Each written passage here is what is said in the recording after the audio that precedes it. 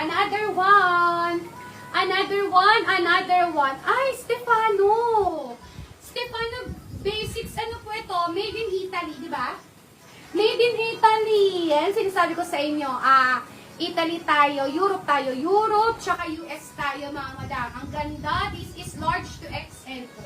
Large to XL. Mama Rinaldo, bet mo to. 4,800, 110 pesos.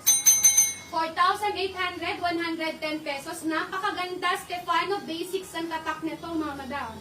This is large to XL. Ang ganda.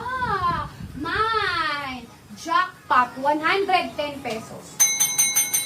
Mine jackpot, 110 pesos. Ang ganda, mga mother. Stefano Basics po ang tatak nito. Parang 3 beses pa lang po ata kami nagkakaroon ng ganito.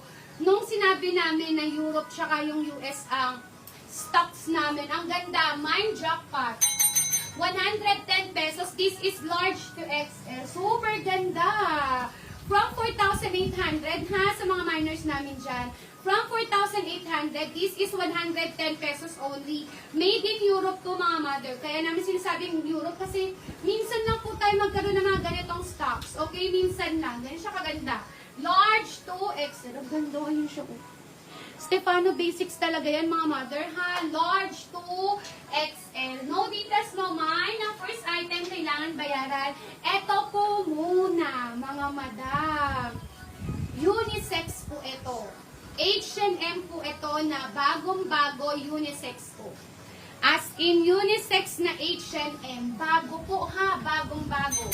Kitang-kita nyo naman sa neckline, as in bagong-bago yan, mga mother. H&M na bagong-bago. New minors, no details, no mine. Ang first item, kailangan bayaran. Shucks, ang ganda. Alam nyo, pwede siya ng medium. Medium to XL, tatakin ko siya sa akin. Ganda! Medium to XL, ang ganda, mga mother. Medium to XL, mine 44. Mine 44, 110 pesos.